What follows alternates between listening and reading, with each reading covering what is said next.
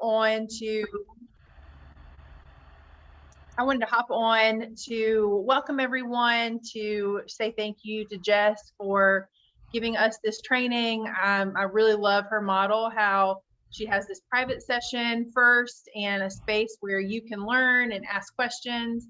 And then she's going to replicate this session for our members through the virtual leadership symposium that we've got scheduled for September 14th. So y'all get to hear it, see it, discuss it first.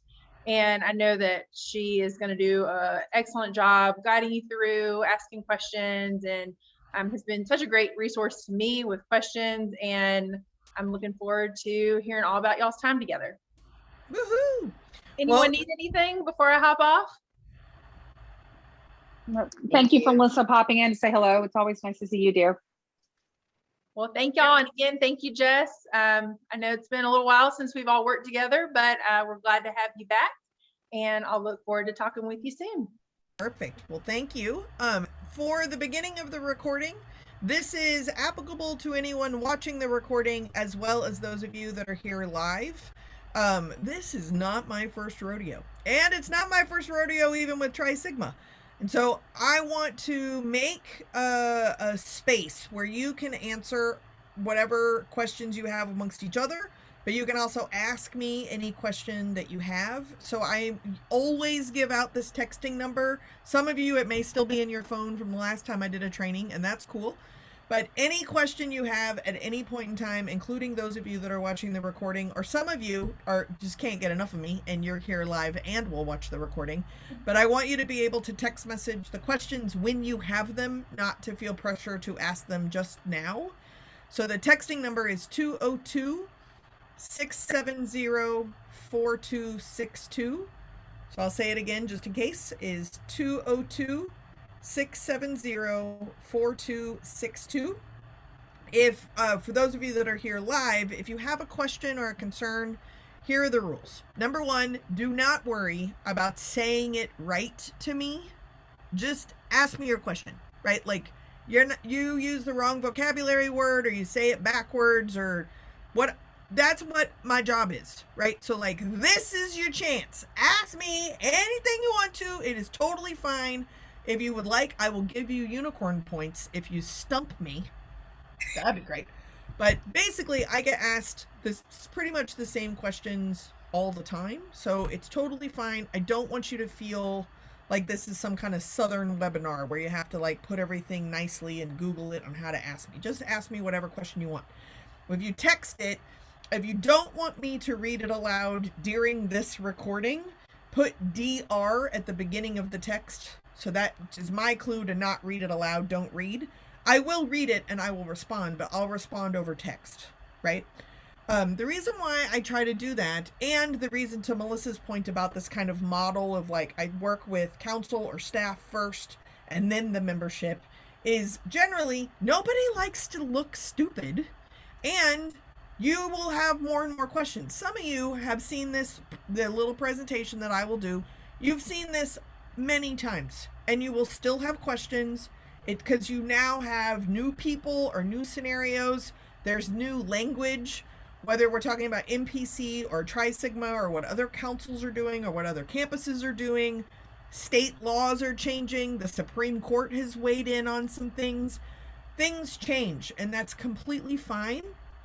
So I'm going to go through a very similar triangle model that some of you have witnessed, but I want you to feel like you can ask me anything you want to or need, so that when we go through the exact same presentation, I even say this part when we do the members in September, because they often feel exactly the same way. Sometimes when talking to undergraduate members, they say the old people don't get it, which is not true, because old people have had more time to know people who have transitioned, have kids or grandkids or neighbors or people that they work with, etc. Like, they've had more time with the subject, just like old people like us will say the young people are doing all this progressive stuff. That's not true. There's a lot of undergrads who don't get this, or not interested in it. They don't believe in anything other than a binary gender experience. That also exists in an undergrad space too, which is why you need to have a conversation. So what I'm hoping to do today, one, is to do kind of some, for lack of better words, like generic languaging. That'll be the triangle bit. But I also want to talk about where MPC is in comparison to some of the other councils, where the conversation has gone, hasn't gone, where it could be going. I want to be able to answer any questions you may have around local, state, or federal legislation, and what that has to do with college campus policies as well, and what that kind of means. Before I get to any of that, one of the most important things for you to know is, as a single gendered organization, and notice I didn't say single sex, and I can explain why I use the word single gender, but as a single gendered organization, you are more protected the more specific you are about, there's two prongs, who can become a member and who can stay a member. The more specific you are, the more protected you are. Now, the reason why I want to start there is that oftentimes what happens in these conversations is people play hot potato, or they start outsourcing definitions or identification or things like that. But by outsourcing it or playing hot potato or not really making a statement about who can become and who can stay a member, you're actually becoming more and more vague. And so then if you're trying to, for lack of better words, if you're trying to protect your organization, becoming more and more vague is not how to do it. Even if becoming more specific actually is becoming more exclusionary, that's fine. Legally speaking, the more specific you are, the better. That's the bonus of being a single gendered fraternity or sorority. So before I get into specifics, that already is a lot of fire hosing stuff for people. So I just want to pause and check in. Hi, how are you doing? Do you have thoughts or comments or topics or something that you want to make sure that I hit on? I imagine I probably know all of the usual suspects, but just in case. How are we already doing? 2 thumbs up. Okay, great. Well, and you already hit one of my main questions, was just what you just talked about. So fantastic. Okay, great. So again, we're just joined by Anne. I want to make sure that you also have a texting number, and I'll put it in the chat in a second as well. So 202-670-4262 is a number that you can text message anything you like to me, and I am happy to answer it. I'll put it back in here too, Anne, just because I said it kind of fast. Thank you. No worries. I luckily still know the number, I just can't type. 670-4262. Okay, there's the texting number. Okay, so we're gonna do some basics. For the members, there is a possibility that I will use a PowerPoint. Sometimes I don't, just because a PowerPoint actually makes it feel more academic-y, and I just want to have a conversation. Like I said a few minutes ago, I like to have the conversation first with council and or staff before doing the membership, because nobody likes to feel stupid, and I don't want anyone to feel stupid, and there's a gazillion unknown things, so don't feel stupid. You just don't know something, and that's fine. So I want this to be like an open space for us to be able to talk. So what I would do if I was you is grab a sheet of paper and draw a triangle on it. You want 2 points at the top and 1 point at the bottom. So some of you are frequent flyers, so perhaps you have like my official worksheets or something, but we're just gonna have a cash conversation. It makes it easier, I think. But you're gonna draw along, 2 points at the top, 1 point at the bottom. It's a triangle. Now, the reason why I started doing this specifically within a fraternity and sorority context is that I found when, like, as a speaker, when I first started speaking, I got picked up by Campus Speak, and they had kind of more of a fraternity sorority leaning, and I didn't know anything about fraternities or sororities, but I had to go to this conference called AFA. What? So then I didn't want to step on anybody's toes. So then I had to figure out, like, what is my lane inside of AFA or FEA or SEPC that doesn't exist anymore, or AFLV, or the Northeastern one, what's that one, NFLV, whatever, I don't know, those things. I had to do those things. And I had to figure out where my home was, and I'm too Southern to step on people's toes. So what I found is that there were some people talking about gay and lesbian members within fraternity and sorority chapters, but there wasn't anybody talking about gender specifically, gender identity, gender expression inside of a single gendered organization. So I was like, aha, I found my spot. So the triangle exists because what I want to do is break down 3 things that are totally different from each other, but mostly because we're lazy, we think they're exactly the same thing. So if we pull them all apart into 3 distinct things, it actually helps with clarity around what your policies could be as a single gendered organization about, again, the 2 prongs of who can become a member and who can stay a member. So the first point of the triangle is sex, not the act of. That's a different workshop. So this one is going to be anatomy, biology, sex-based characteristics. So if I were to ask you what are sex-based characteristics, usually the first thing that comes up is like genitalia, right? So we think about penises and vaginas, or testes and ovaries, things like that. That's like the first thing that happens. And so I have never been pregnant. You're welcome. But generally in this experience, you get a sonogram to find out if your fetus has a penis or doesn't, right? There's a country song about this.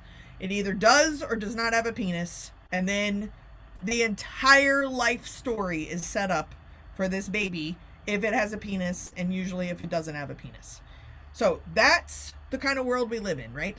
Now, what's fascinating is that some people don't have sonograms, and some people do different things, right? So like my parents were hippies, so I was supposed to be twin boys. Surprise! Just a very large girl, right? But those are actually gendered words as far as being a girl goes, but I don't have a penis, in case anyone was interested or that was on your bingo card. I don't have a penis. So had they had a sonogram, they would have known that 1, there was 1 baby in there, and 2, that that baby didn't have a penis. When we start talking about sex-based characteristics, this is usually anatomical or biological. We generally stop all examinations or tests at external genitalia, which is penis or no penis. We don't actually have a medical habit of looking into chromosomes or hormone levels. I am not a medical professional, but I like to call them giblets, right? Like, do you have a prostate? Most people don't know until they have a medical problem, and then surprise, it's your prostate that you're having problems with. We don't always know about mammary glands or where your lymph nodes are located or whatever, just innards, giblet bits, right? We don't know about them until there's something wrong.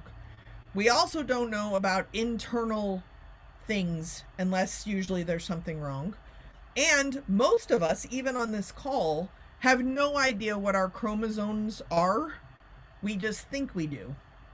We might know our hormone levels, especially if you've had puberty, fertility, or menopausal related issues, then you might know your hormone levels, but until you've had those issues, you usually don't even know your hormone levels.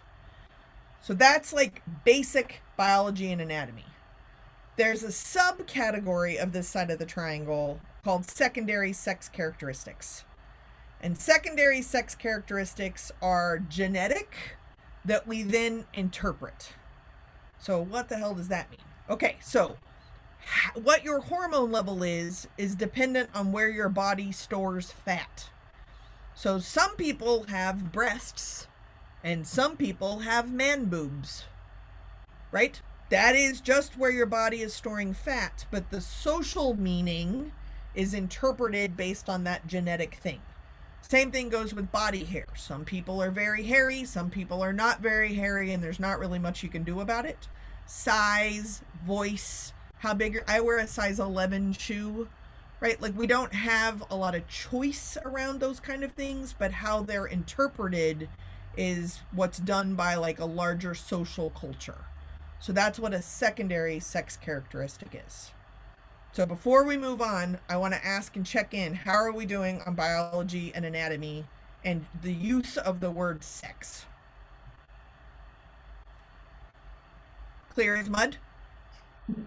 Clearer than mud? Oh, fantastico. Okay, so most fraternities and sororities at some point in time, if not in their founding documents, their current governing documents, or even just their daily vernacular, will refer to themselves as a single-sex organization. So I challenge that because you don't know that information. I don't know what Tri Sigma's ritual is, but it probably doesn't involve a chromosome check. I hope it doesn't involve a genitalia check. Again, I don't know what you do when you're done with your candles, right? But chances are it doesn't involve that stuff. But it's because legally speaking, sex and gender have been used as synonyms. So then everybody else just uses them as synonyms. But if we separate sex and gender to make a triangle, then we would know that they are not the same thing. So that is part of my soapbox of stop. Wow, that was not where my hair is going. Better. Okay.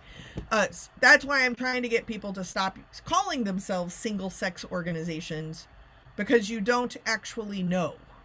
Even if your membership is based on what a driver's license says. Okay. At the DMV, do they know what your chromosomes are and what your genitalia is? I'm going to go with no, right?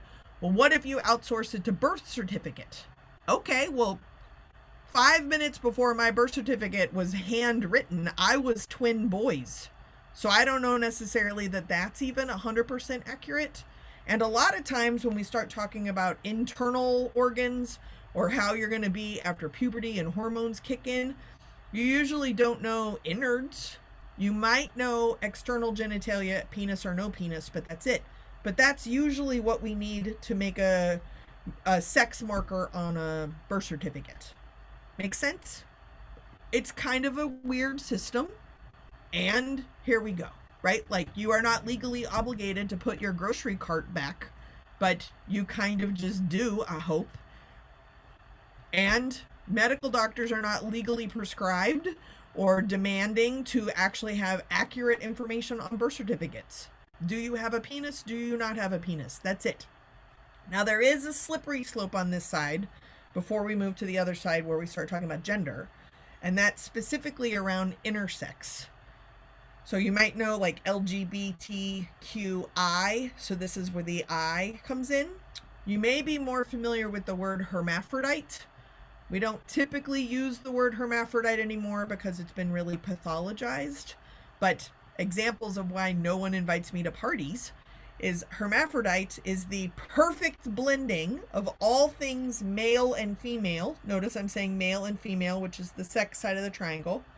Hermaphrodite's parents were Hermes and Aphrodite. The ideal male and the ideal female were, of course, heterosexual, fertile, and had consensual sex that resulted in the ideal blending of all things male and female in mythology, but that's okay.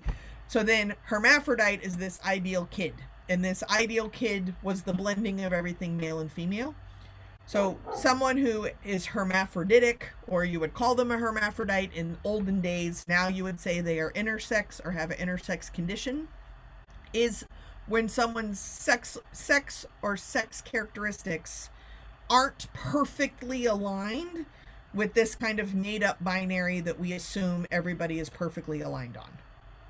So now we have a term for that, and because of the internet, they actually have a community for themselves. Medically speaking, about 1 in every 2,000 births results in usually removing external genitalia bits that are determined to be too small, these are air quotes, to be a penis.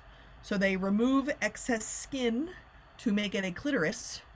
So I don't know if any of you are familiar with how a clitoris works, but if your clitoris gets chopped off because it was too small to be a penis, it's not going to work very well, and you're not going to have a lot of nerve sensation, but you don't know that until you need to know that, and then it doesn't work. So then you go and find out why it doesn't work. 1 in 2,000 births, these surgeries can happen. And most of the time they have been done without parental knowledge because it's just helping the baby. That has been kind of the medical practice until maybe 10 years ago. And it's slowly evolving to be at least with parental consent, if not allowing the baby to actually have their own sense of agency and do whatever they want to with their bodies. So that's where the I shows up, specific to someone who doesn't fit into this very perfect binary within sex, and why fraternities and sororities are not single-sex organizations. Are we good with that soapbox? May I move along to the next soapbox? Natalie, you look like you have a question. Just seeking clarification. Several legal sessions that I've attended, they've still encouraged using single sex because that's the way the legislation is written federally. Do you have any additional information or anything they've expanded upon probably since that? It's probably been, I don't know, a year. Yeah, I've heard that. I was a ceramics major, so you're getting legal advice from a ceramics major. So the first thing I would say is they're wrong. And lawyers don't like to hear that. The Bostock Supreme Court case of 2020 actually included gender identity and gender expression in sex-based discrimination, as that you can no longer legally discriminate based on sex. And the Supreme Court's decision actually ruled that gender identity and expression falls under the definition of sex. For the record, no, it doesn't. It's a totally different word, but that is what the Supreme Court has said. So the Supreme Court is using them as synonyms.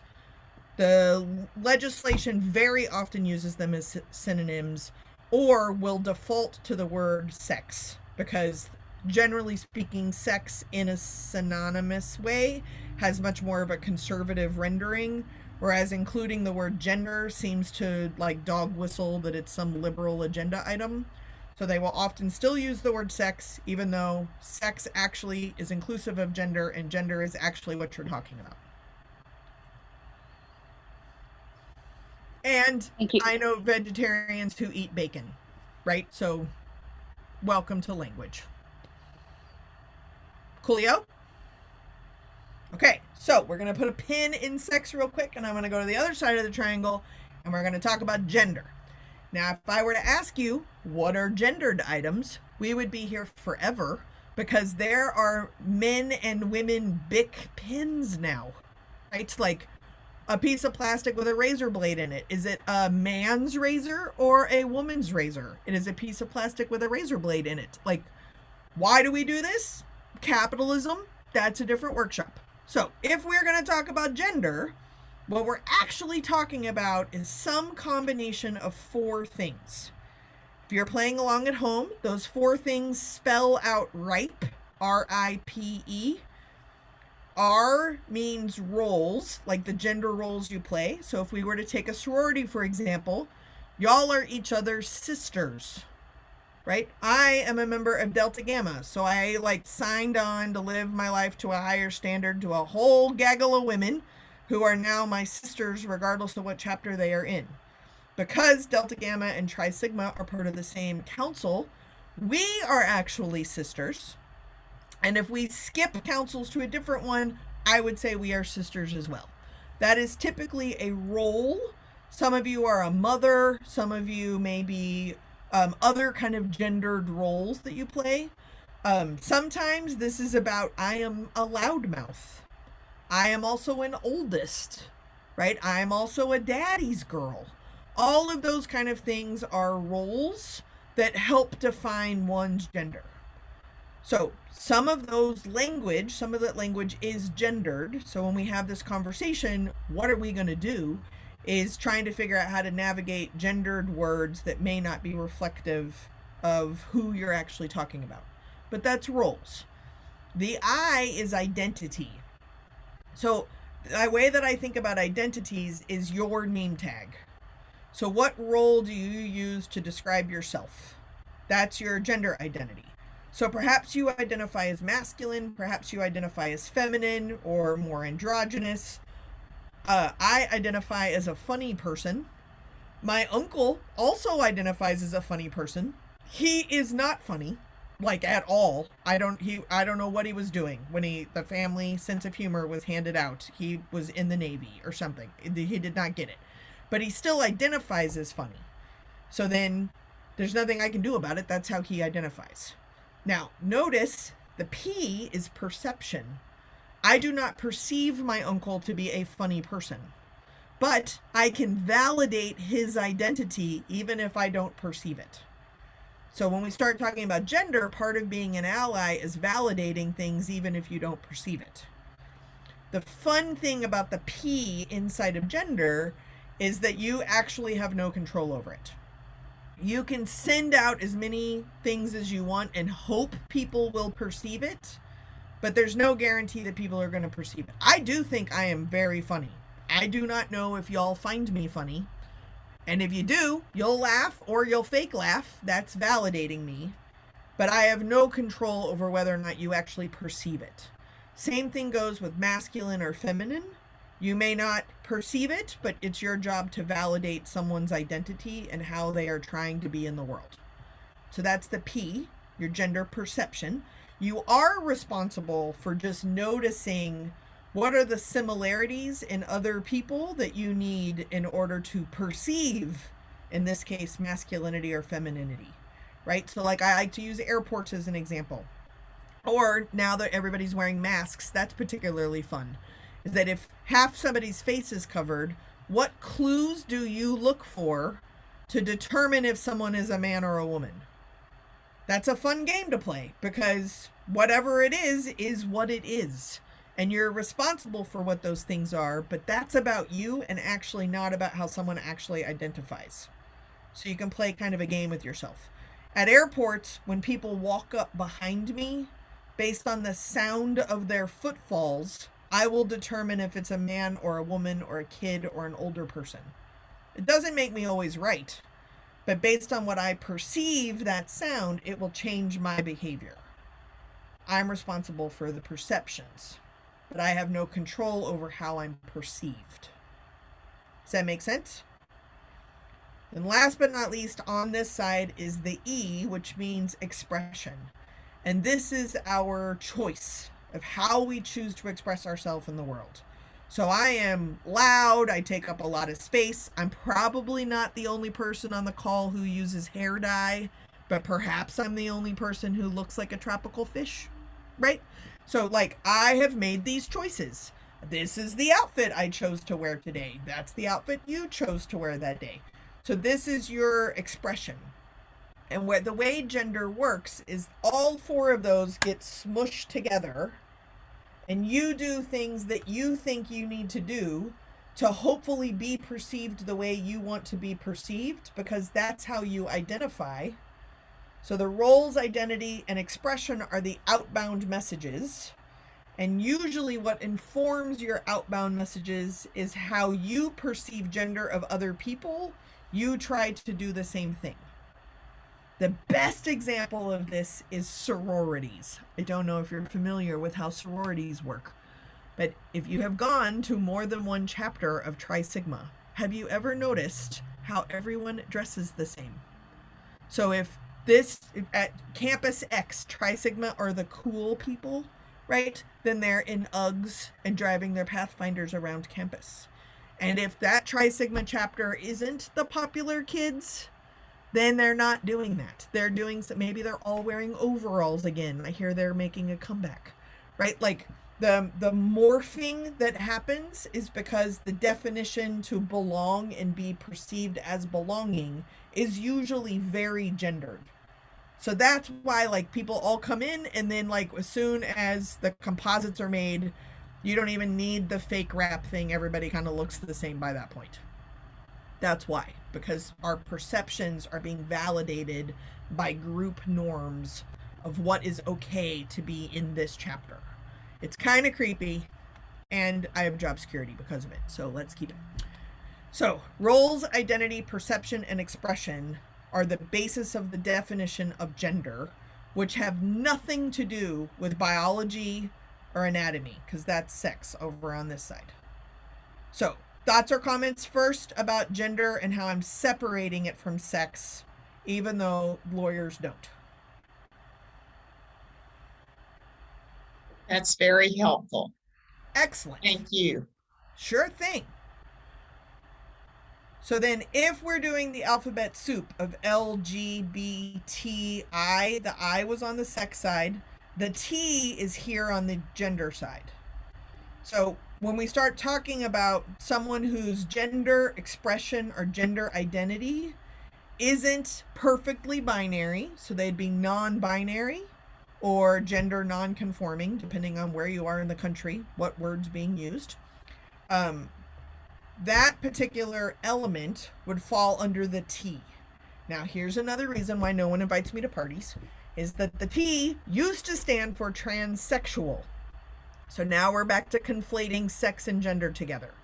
Because if you, notice I'm pointing to sex, if you changed your anatomy or your hormones, right? If you medically intervened with your own body, then you're more likely to pass inside of a binary gender system. So then it was called transsexual. Pre-Obamacare, not everyone had access to healthcare. At the time, there were only 14 doctors in the United States who even did these kind of surgeries, and they were outlandishly expensive and not covered by insurance. So transgender started being used to be a little bit more inclusive of not everyone is able to actually medically intervene with their bodies. Then we started using trans or trans with an asterisk to try to be inclusive of kind of anybody and everybody, because not everybody even wants to change their body. They just want to be perceived the way they identify, or they want to express themselves the way they want to express themselves. So then we went to trans. So I usually use trans as an umbrella term. I will say T, but that does tend to root in a very binary system. So the rules of transitioning between a binary system is someone at position A does these hula hoops to get to position B successfully, and these hula hoops are usually designed by people who don't need them, right? So people who don't identify as trans are the people who are coming up with the hula hoops of medical intervention or document intervention to get to B as quickly as possible. So kind of the more visible language that you may hear now around non-binary or gender non-conforming is this system is stupid. I am just fine over here. This thing is dumb. So when they're deconstructing the dumbness of this binary gendered thing, they may be completely fine with who they are and what their body looks like. Maybe they want to change their body. Maybe they don't. It doesn't matter. Even if they change their body in a way that tends to be pretty binary, that doesn't mean that they identify as binary, because they're doing what they want to do. So when I work specifically with fraternities and sororities, if we start having the conversation about non-binary incoming members or current members identifying as non-binary, basically people light their hair on fire because they're like, what? Because they just want to have a binary conversation that feels progressive enough. So I have encouraged people to have the non-binary conversation, because the more specific you are, the more protected you are. But they're just like, no, we'll just wait that one out. Well, it's come, because now you have states that are actually putting X's as gender markers on birth certificates. So their birth certificates have never said an M or an F. So they don't even have to get changed. So fraternities and sororities really need to figure it out. So that's part of the reason why I'm happy to come back to Tri Sigma, because it's a whole new world, it's a whole new language, and you get to be as specific as you want to be. You just have to determine what you want to be, about who can become and who can stay a member. So that is the T side, and we did the I side for sex and gender. I'm pausing again, because I am a fire hose. Thoughts, comments, questions, how are we doing?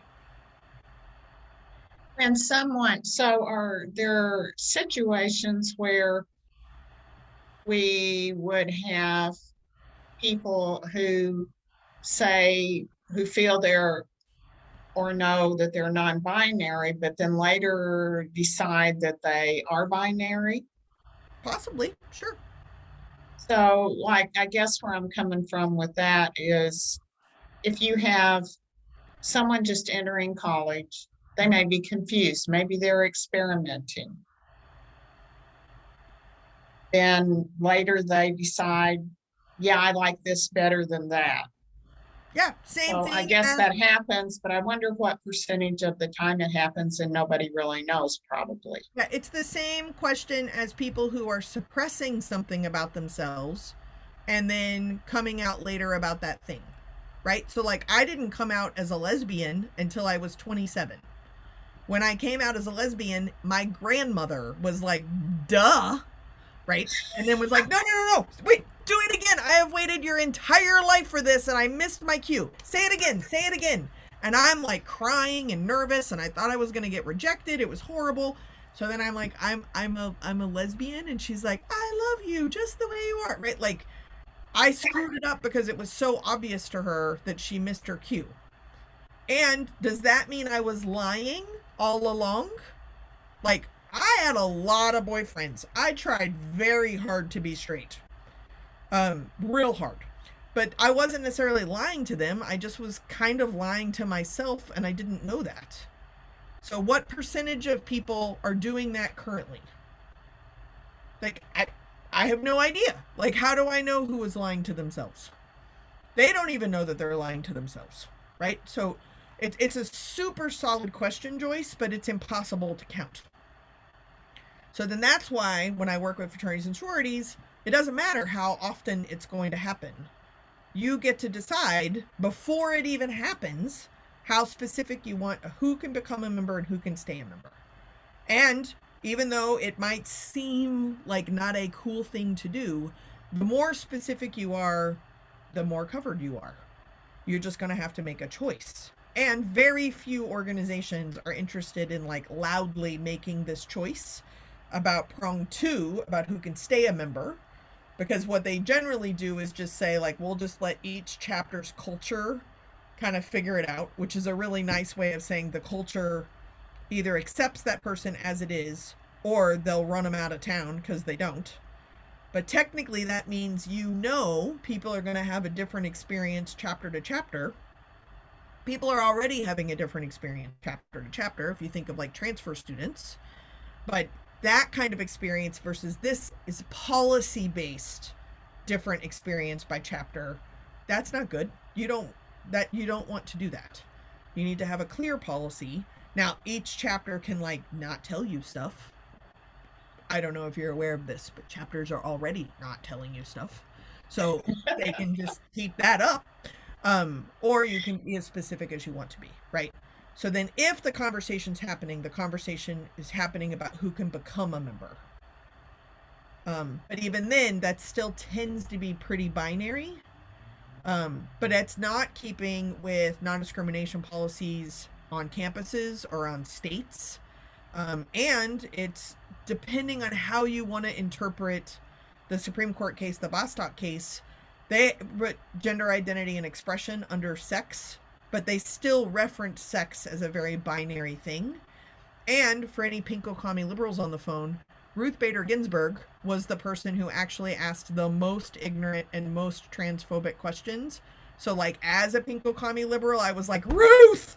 And I wanted to like give her a handout, but like, it's confusing, you know? And so even though she's done so much for sex equality, sex-based, gender-based equality, she screwed up the questions about pronouns. She screwed up the questions about bathrooms, because it's complicated and it's a new way of thinking, but you're thinking about new things with real living human beings asking questions. So you just gotta like pick. Is that helpful, Joyce? Yes, thank you. It is. Absolutely. Any other sex, gender things? Questiones?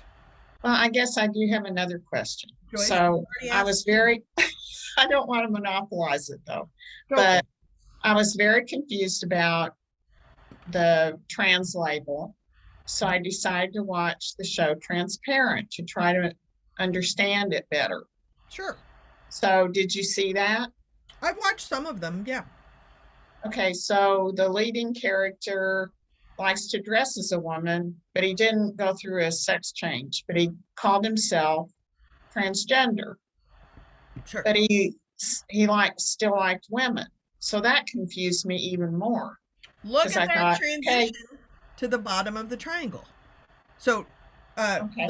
if I can, I'm going to put a little pin in this. So first off, she identified as a trans woman. So you would probably default to feminine pronouns, Okay. right? Just because she didn't have medical intervention or paperwork or show you what her external genitalia is or isn't, she was presenting as a woman. So then to be respectful, you would use the words as someone is expressing themselves, even if you don't perceive it. And in that case, like that's a man as the actor playing this woman, right? But to validate their identity, whether you perceive it or not, you would probably default to feminine pronouns there. Now, to Joyce's point, the bottom of the triangle is sexual orientation. So what Joyce just said was, if I'm paraphrasing, is that this is a male-bodied person who is dressing as a woman. Do you see my hands with the triangle? Male-bodied person dressing as a woman, but they're still attracted to women. That's why you have the third point in the triangle. It's because sexual orientation is who you are emotionally, sexually, or psychologically attracted to, if anybody. But that is not dependent on your anatomy, nor is it dependent on your gender identity or expression. It's just who you're attracted to. Sometimes you get more comfortable in your body, so then you become more explorative in who you are attracted to or who you want to have sex with, if anybody, because now you're more comfortable in your body. But that doesn't necessarily mean you have to change the label, because the third part of the triangle, sexual orientation or sexual identity, actually has nothing to do with your birth anatomy or your gender identity or gender expression, right? Like, so as a lesbian, I identify as a masculine woman. So my sexual orientation is lesbian, my gender is masculine woman, right? But my physical body is female. Okay, that makes total sense until you start shifting things around that make other people uncomfortable, and then they're like, wait a minute, I am confused. So we will use my husband as an example. So I guess what still puzzled me about this, just to conclude my thought on that show, was why he was considered, or she was considered, trans rather than gay or queer. Because that's how they identified. So that was that person's label for themselves. Sure. So trans would be gender related, and queer or gay would be sexual orientation. It's a different part of the triangle. Ultimately that's it. It's a different point on the triangle. So I was going to use my husband as an example.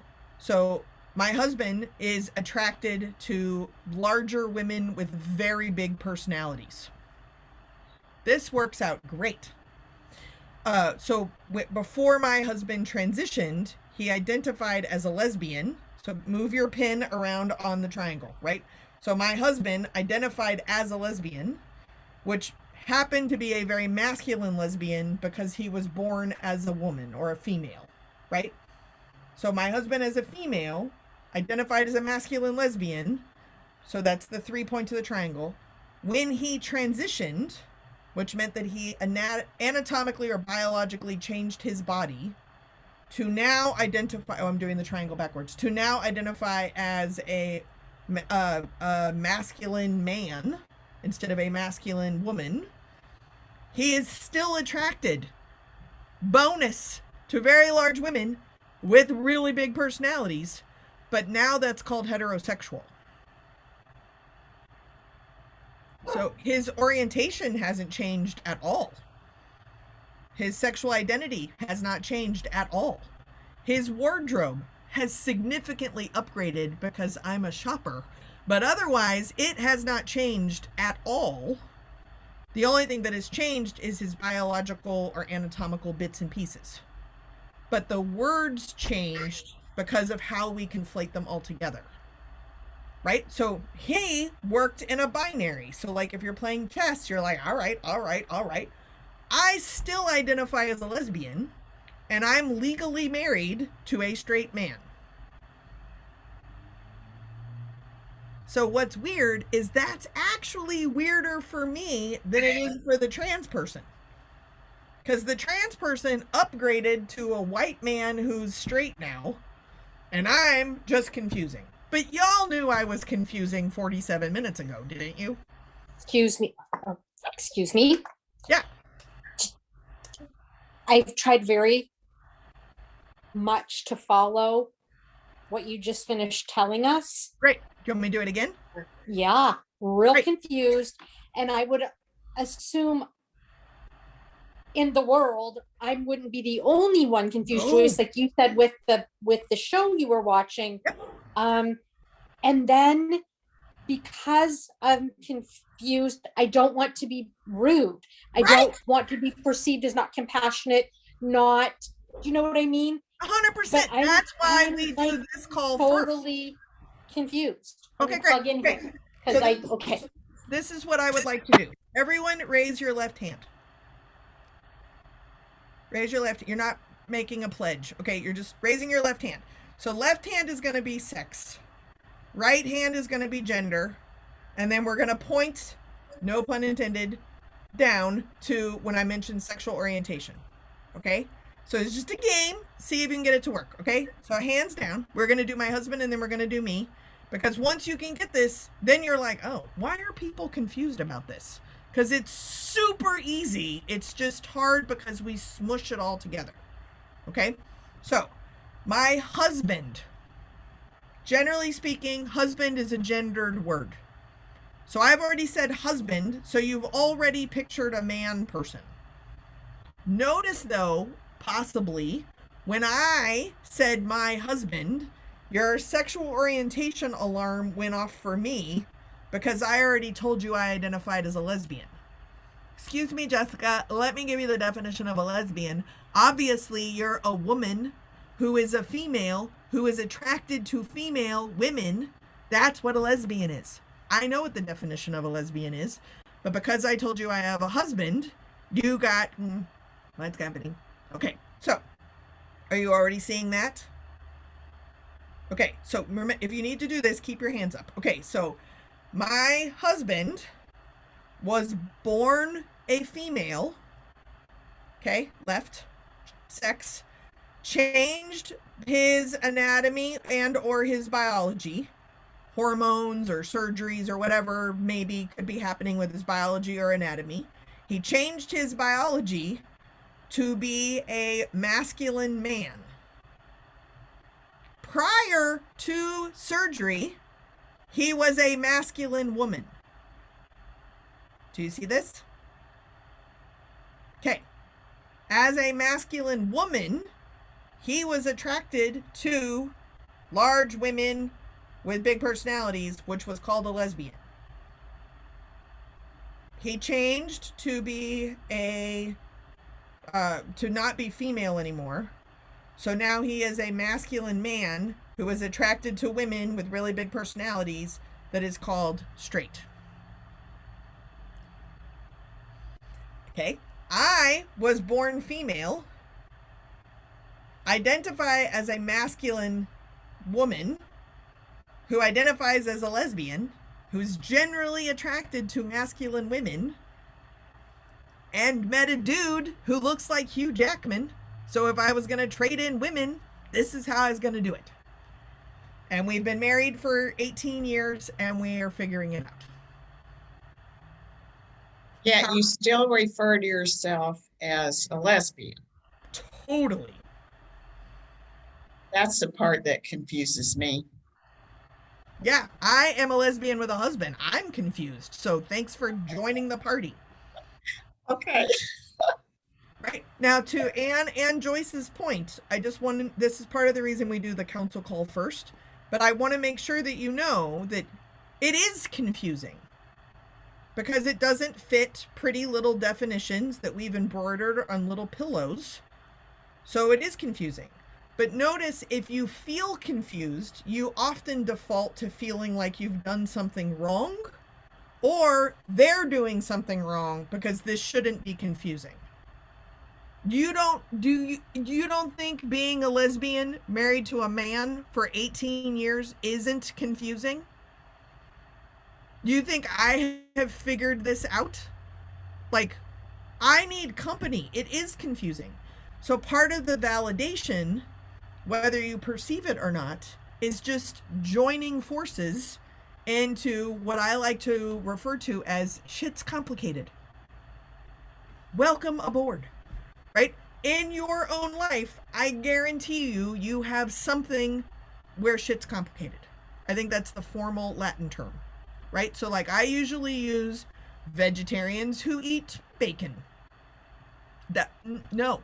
Have you had bacon before? If you are a vegetarian and you were going to eat meat, bacon is a great place to start. Can they still identify as a vegetarian? Why are you policing how they identify? Do you know how many salads come with bacon in them? Like maybe they're just being nice so they don't have to be that person at lunch. Maybe they tasted bacon. I don't know, right? But they get to do that. So it is confusing. You do not have to default to a space of not being confused. But notice you and me, I'm not pointing fingers, I do this too. You may default to a space of wanting to not be confused because being confused is uncomfortable. But that's about you and not about them. So in the television show, that person is navigating their gender identity, their physical body, and their relationships. That's literally why that show exists. That's what the show is about. So when you watch an episode and you're like, wrap it up, I'm very confused. Could you please figure this out? What softball team are you playing on? I don't care. I'll support it, whatever, but like figure it out. That would be one episode. There is an entire season, multiple seasons actually, because it's a compelling story rooted in confusion. So when we start talking about being an ally or being an advocate, it's supporting someone who is also confused. But we usually call confusion like some temporal space. But they're, generally speaking, someone is coming up against the expectations that was given to them at birth. But they then have to decide if that's correct or not for them. That is a confusing space. Sometimes that happens at a really young age, and we don't even trust young people to know themselves yet. If we're talking about a 4-year-old or a freshman, we don't trust them. But what's fascinating to me about fraternity and sorority work is that you do trust them enough to invite them into an organization to live by standards for the rest of their entire lives in the time it takes them to eat a mini cupcake. If we can trust that, maybe we should trust how they feel about their bodies and their relationships. Maybe. And sometimes it's easier because sometimes people automatically pass, right? Like they're in a binary system. Some people don't like the binary system, and so not passing is part of the whole thing. But we get exasperated because we're trying to stay comfortable. This is not about us. This is about them. So you're not alone, Anne or Joyce or anybody else. And that is why it is perpetually a conversation. Because we're just trusting people in their own agency. But that's not really how like power, privilege, entitlement, stuff like that works. Because we think there's something wrong, so we try to fix it. Or we feel something's wrong, and so we're trying to fix it so that we feel better. That's all. So if sex is biology and anatomy, gender is masculinity, femininity, manhood, womanhood, roles that we play together, how we perceive other people's gender, living one's values. Like in sororities, we talk about like being a kind of woman, right? Like that's all gender roles. And when you meet a chapter member or an alumna or something that's not fulfilling those values, it's because they're not doing what you expect them to do as a Tri Sigma member. That's gender. 100% gender. I mean, unless it's like a, criminal, that's different. But, and then their relationships are what they do. So the cliff notes I usually do is sex is what I assume is in your pants because it's socially unacceptable for me to ask. Gender is the pants. Like, what fabric are they made out of? Who are they friends with? How do they walk down the street? That's a performance of some sort. And then sexual identity or sexual orientation is what I assume you do when your pants are off. And all of them are generally assumptions because we rarely actually have these conversations with someone else. So then the example that I like to use there is if you're talking to like a squawky box at a drive-through. So you've ordered your venti soy chai, right? Based on the voice in the squawky box, you assume you know who's going to be at the window. Not just who, but what they're going to look like, what they're going to sound like. And then if you're super like into it or whatever, you've pictured the exact opposite. So if you pictured a very feminine person, you picture a very masculine person as to who they would be in a relationship with. Very often you drive around and you see the person in the window and you're like, oh, that's not who I talk to. You don't know that. You just function as if you do. So when we start talking about membership, who can become a member and who can stay a member, you are actually having an actual conversation about actual facts instead of assumptions, because all of these systems have just been based on assumptions that you are now finding out maybe weren't the best way of doing things. Whether I'm talking about the Olympics or NCAA sports or residence halls or fraternity and sorority membership. We have made assumptions for hundreds of years. So now what do you want to do? And then when you figure out what you want to do, what do your governing documents say how you should do that? Or how could you do that? Or what other conversations do you need to have? That's really the decision. But it really seems so much heavier than that. But it's largely because we don't realize what all we have done in place of so many different assumptions. So if I just pause there, sex, gender, sexual orientation, in your shorts, the shorts, and what you do when your shorts are off, what are your thoughts or comments or questions that you might have? And again, for people watching, or maybe earlier you were like, I don't know why I need to write this phone number down, but you can text message 202-670-4262. I hopefully am thought-provoking, so you might have a question tonight or sometime between now and September 15th, and I'm happy to answer them. So I think we have about 15 minutes left, so I was just hoping to have kind of an open conversation.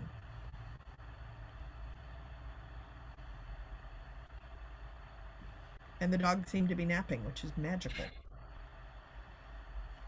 Jess, this isn't really a question, but more, you said something before about campus non-discrimination policies. And so if I put my campus hat on, what I see a lot if a student comes to me is Cornell's going to tell you you can go through anything and you can join anything. And then it's going to be either the council or the sorority or fraternities rules that would keep you from doing that, depending on what's written. So I just offer that to all of you because that's like my daytime role. And then we have, these conversations over here.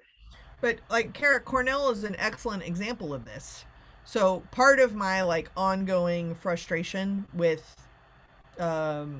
just hypocrisy that exists in higher education, right, is that if you are a club or organization on a campus, let's take Cornell as an example. You're a club or an organization on campus, you are mandated to follow the non-discrimination policy on campus. Okay, so then the ones that don't, they should be kicked off campus. That's never going to happen, ever, right? There is like too much alumni support, too much money involved, too much PR or media negative. It's never going to happen. So then what they'll say, and you kind of said this, is like, well, it depends on the national office of your organization. No, that's not what, you wouldn't say that to the kayaking club, right? If the kayaking club was doing something against the non-discrimination policy, there would be no kayaking club. Mm-hmm. But there's 4 members of the kayaking club and they already own a kayak, so they can just go do it on their own, right? So that's not as threatening. Right. So then the campuses functionally outsource it to the national offices. So for a really long time, the national offices kicked the can to NPC. Now, some of you may recall the NPC was like, whoa, whoa, whoa, whoa, whoa. We are a council. We are the Jedi Force at a table holding a unanimous agreement that was bound in a green book that people don't even know what I'm talking about anymore because they only have an electronic version of it. We don't tell anybody what to do. It's totally up to them. How is it totally up to them if you have a unanimous agreement? That is a question I have asked and don't get a very good answer on. So NPC is like, I'm not making a statement here. It's up to each national organization. Okay. So then each national organization started having these conversations. I've probably worked with close to 300 fraternities and sororities across 5 different types of councils. And they are making all kinds of clarifications about who can become a member or who can't become a member, who can stay a member and who can't stay a member. And most of those policies were not made public because they're afraid of the conversation. So then what has happened over time is some of those policies are becoming more public, which is then forcing the NPC to begin to have a conversation that they don't want to have because they want to have this status of I don't tell anybody what to do, but they get to pick and choose who gets to be a member of the council to even threaten some of the national organizations that maybe they won't, that maybe they'll lose their council standing. Okay, kick me off of NPC, says like DeFi or something, right? Like, great, I don't want to be a member of this council anyway. Like, good, do it. But they won't call the bluff because no one wants to have the conversation. In DeFi's case, it's specifically to non-binary. But NPC defined what a woman is. Well, how are you defining what a woman is without actually taking a stance on who can become a member and who can't make a member of an NPC sorority? Anyway, I go round and round and round. To me, this is recreationally entertaining. But nobody wants to decide because nobody wants to take the credit for what to do or what not to do. Many organizations have done things and then it has been repealed. Many organizations never got anything through publicly, but got a lot through privately. Some organizations have only done things publicly, but really haven't done anything privately, so it's still actually not happening on campuses in line with what their public statements are. All of those things are true across all the councils. The most organized, most unified councils is actually NALFO and NPHC. But historically speaking, historically white organizations are not interested in learning something from Latino organizations or historically black organizations, because generally historically white organizations think they do everything better. But NPC groups are way behind NALFO and NPHC conversations, but here we are. Jess, what is your, I don't presume that you have a crystal ball. I actually do. Well, okay, then I'm going to ask you to look into it and tell us in 10 years, love it, will there be these kinds of organizations? We've got fraternities, we've got sororities, we've got boys basketball or girls basketball. Will those types of organizations exist in 10 years? Sure, 100%. The way that we know them to be right now. 100%.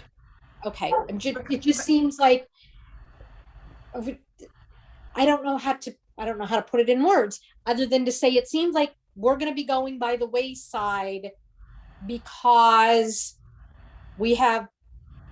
this is what we think a sorority or a fraternity or a male basketball team or a football team is. Yeah, so the reason that I feel confident in saying yes isn't a good reason, but absolutely they will still exist, right? So like print media was supposed to make radio disappear, right? Like MTV didn't even make radio disappear. People will do whatever it is that they want to do, and this is kind of a different workshop, and you asked for my opinion, but there is way too much, and I'm using this word strategically, there is way too much legacy-based power in specifically historically white fraternities and sororities for them to ever go away. But I guess I liken it to like the boys basketball team, the girls basketball team. They will there be a basketball team? Yeah. And So I not- mean, if and I people ran that- the world, I would make sports teams based on hormone levels. Because Okay. ultimately what we're talking about is endurance and strength. And endurance and strength can be learned, right? I mean, I was raised by professional athletes. I know it doesn't look like that, but this is called body image issues by being raised by professional athletes. So, endurance can be learned, strength can be learned, but a natural propensity, which is usually the language the NCAA or the Olympics team, I do a lot of consulting work with them. The natural propensity is based on the levels of estrogen and testosterone biologically in a human being's body. So if we wanted to do this right, we would test every human being's hormone levels, and we would literally make up roles based on those things. So what ends up happening, though, is racism and sexism, right? So like Michael Phelps is seen as some kind of superhero natural person. Whereas when we talk about track stars, I'm forgetting the woman's name from Somalia specifically, but she got stripped of all of her gold medals because she has exactly the same hormone issue that Michael Phelps does, but she's a woman of color, not from the United States. So if we could get over racism and sexism, then we could have a world that is based on hormones. The problem with fraternities and sororities is hormones do not dictate values. So that's why you're exempt from the conversation. So like for a really long time, everybody was hiding behind Title IX. Title IX is about federally funded educational institutions. Fraternities and sororities are not federally funded like why are we having like it's the equivalent of having the conversation about your favorite crochet stitch. It's completely irrelevant, other than fraternities and sororities are on college campuses, and college campuses are federally funded, but fraternities and sororities are exempt from the conversation. So people were fearful over something that doesn't make any sense, largely my crochet abilities. So then if fraternities and sororities get specific about who can become a member and who can stay a member, I believe for eternity there will be very privileged groups with very exclusive membership based on whatever very specific membership requirements those organizations come up with. Largely, that's how we manifest power. So I don't think they're going anywhere. That was a very good TED Talk. Thank you. You're welcome. I have to put my crystal ball back so it doesn't fall. Thank you. I love it. I want one.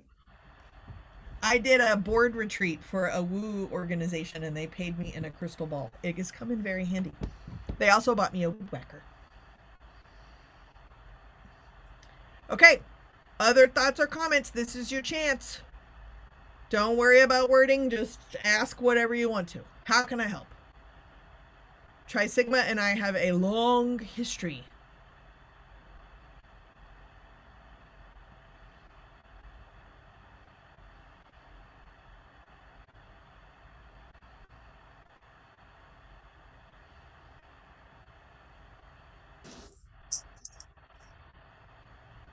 Hey, everyone good?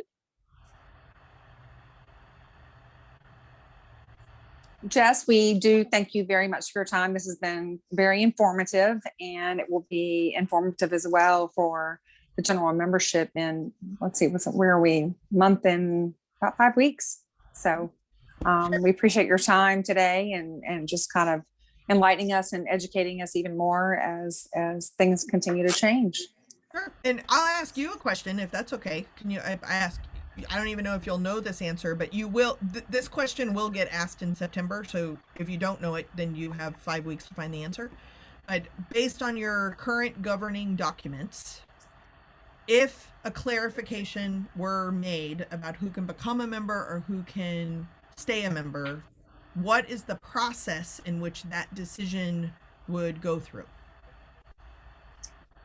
Well, we have convention next summer, so any type of potential change would move forward as through legislation as a proposed amendment. The way there is not a policy because policy, we've gone back and forth over the years with, assistance from parliamentarians and, legal reviews and such. Policies are enforceable or forcible, or enforceable. And position statements are simply that, positions of statement where the organization stands. And that's what Tri Sigma has now, a position statement for that declares that if you identify for a woman, then you are eligible for membership.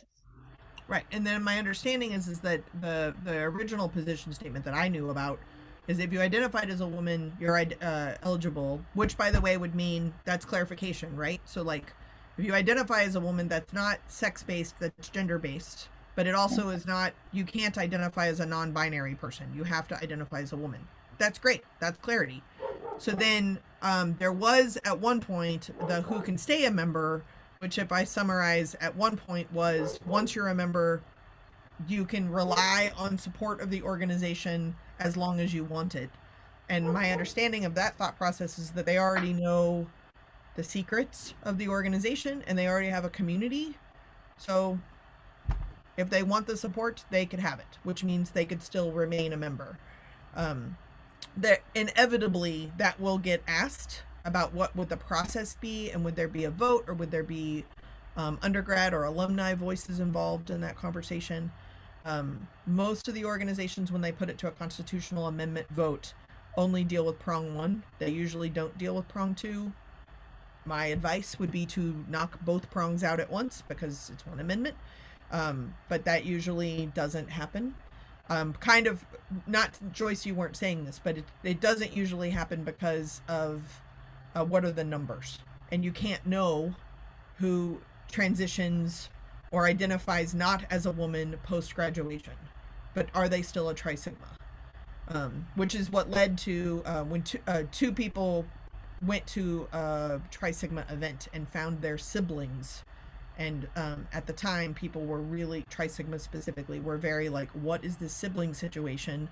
And it had a picture of two people wearing bow ties who I think might have had beards or mustaches, which then made people light their hair on fire. So at the time, I called the two people and said, hi, could you just take the post down? And they did.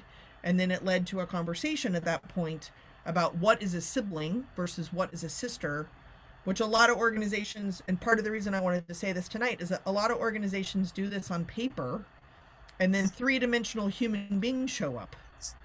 And then having these conversations with three-dimensional human beings is a very different reality than having the conversation as a policy. So anyways, whatever I can do to support and help along the way, I'm totally happy to. The texting number again is 202-670-4262. So if frequent flyers watch the recording, or people who are not here watch the recording, or you share it with someone else, feel free. Anybody can text message me. I'm happy to help. I have a very strange talent, but I have a mortgage. So there you go. Can I ask another question? I know you're trying to wrap up, but what you said just prompted a question. So you were talking about the siblings, and we are seeing that more on social media. I mean, of course, as a national organization, it's not a word we use, but we see members using it. Yep. I don't even know what my question is, but this is sort of my train of thought. I mean, I think of that there are co-ed fraternities. I think, when I was in college, there's co-ed fraternities, and the women in the group were called brothers, even though the group was, half male, half female, it was a co-ed group. I guess what I'm wondering, and, I don't know if there's an answer, but I'm thinking ahead, members stay members regardless of what happens once they're a member, if they're always a member. If we are still, as an organization, a single gendered organization, is it still appropriate to be using that word sister or sisterhood? Because that's what we are. Yeah. Most organizations say this is an example of something that they toss out to the chapters. So you can do that, or you can be as specific as you want to.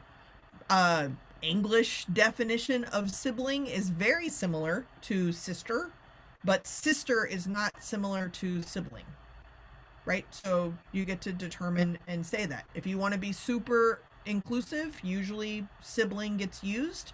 And depending on what campus you are at, there are other organizations that only use the word sibling. So sometimes the word's being used as a mirroring and not as some gender political statement. It's just how people are being referred to. If I were to talk to an entire Greek organization campus level thing, right? There's every chapter that's on that campus is in the same room. I would address the room as my siblings. I'm not wrong. If I were to address Delta Gammas as siblings, I'm also not wrong. And there may be people who don't identify as women who are Delta Gammas. I'm still not wrong. I have a sibling. He doesn't talk to me anymore, but I technically have a real sibling, right? But I don't know that he's my brother because I got vaccinated and evidently the magnet in my microchip in my vaccine follows him on Facebook, so he had to block me on Facebook. I don't know that he's my brother anymore, but technically he's my sibling, right? Like, that is really nuanced and super subjective and is going to be very different based on what the cultural norm on a campus is. And you can make a statement about it, or you can not make a statement about it. The idea, though, is that it's a word that's describing your, for lack of better words, like intergalactic connection to one another. Right? So maybe try intergalactic. And so, sorry, one other, if you don't mind. I'm still processing how we started, and that's we're more protected the more specific we are about who can become a member and who can stay a member. Yep. So what about the who can stay a member part? You can be as specific as you want to. I mean, currently, like, pretend you're not you for a second, right? So put, imagine you are the director of HR, except in an HR context, this is part of the reason it's hard is that this isn't HR. This is completely exempt from any HR thing at all. But let's just pretend these, okay? So you're in charge of HR. So anyone who's employed at this organization, number one, has to turn in grades, and they have to meet a certain standard or you're automatically on probation or out. Number one. Number two, some external situation, if you have a judicial or like some kind of problem, you don't get a letter in your file, you might get kicked out of the group. But that's to be determined by a fellow undergraduate who is in charge of figuring this out. Then you have to pay a certain amount of money or you're out. Like, that's already completely wackadoodle in an HR setting. So when we say, like, well, I don't know how specific we can get, like, you can get, like, real specific. There are organizations that you pretty much have to be a Christian in order to be in. Or you're at least going to have to swear on a Bible. Hope you're okay with that. There are organizations that I work with that you have to wear a skirt in order to do ritual. So I pointed out to their national officers that when you have an alumni event, you're going to make 80-year-old alumni who are using a wheelchair and have a catheter get in a skirt. More specifically, in their rules, it says they have to wear pantyhose. Like, Michelle Obama didn't wear pantyhose when she was inaugurated into the White House as the first lady. Like, you're going to make someone with a catheter wear pantyhose? Why? And what it really comes down to is the definition and presentation of womanhood, which is super subjective. So then when we had the conversation, they just really need to be dressed up and take the ritual seriously. Dressed up and taking something seriously looks very different for people. So that's how you got to skirts and pantyhose, but what you really mean is this. So then just say, you need to be perceptively taking this very seriously, which means your wardrobe is elevated from what it would be if it weren't ritual. Now you're inclusive to class and ability and gender expression. That's how specific you get to be. You make people wear X colors in order to cross, right? We have a secret handshake in order to enter a room. Maybe I'm not supposed to tell you that. No, we don't. I was kidding. That's how specific you get about other things. But when the reason why this feels different is that you haven't thought about it because you made a bunch of assumptions based on sex and gender. That's all.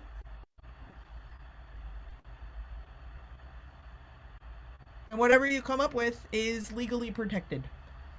What you outsource and keep vague actually jeopardizes, if you're talking to lawyers, actually jeopardizes your freedom of assembly. Not When it comes to staying a member, Sure. I don't know how you police that. You currently don't. How many members? Here's a good question for you. How many people say they're Tri Sigmas and haven't paid alumni dues in decades? Oh yeah, lots. How many people say they were a Tri Sigma? You signed up for this shit for life, right? Like, you don't police any of that stuff. So then when it gets to the visual images and the language, then you're like, ooh, what do I do? Right? How many Tri Sigmas in the history of Tri Sigmas are now felons? You don't know because you don't trace that, but you would hope it's zero. Statistically speaking, there's no way it's zero. Is that okay? I don't think your founders said felons were cool. Yeah. But they're rocking the 3 Sigmas behind bars, right? Now you need to do alumni outreach inside your prisons. Probably not really, but. Well, that's why I guess I think it's hard to be specific about who gets to stay a member. Yeah, I think that's what I'm trying to write. No, what you've said helps a lot. I just This can be a council discussion later, but there has never been discussion about who can stay a member. When right. this came to the table in 2014, the council at that time did not approach that because Right. once you were initiated, you are a member. And you know all the things. Yeah. And because the position statement states that if you identify as being a woman, then you are eligible for membership and you become a member, you're a member. And that's as far as the conversation has gone. So That is pretty consistent with most of the other organizations too, is that how do you unknow something? Yeah. And two, it's the who's gonna police it. You know, if you learn that someone's, had to change because of a photo on Instagram, like you said, what are you gonna do? All of a sudden that's just so messy. Yeah. And here's what I would throw out as unsolicited advice that you technically solicited, is that if you decide you need to police gender, but you don't police felon, you just need to justify that choice. Right? And I'm choosing felon as an example, but you're choosing to follow up on this. I'm also going to throw out on behalf of your staff, they don't have time to do this.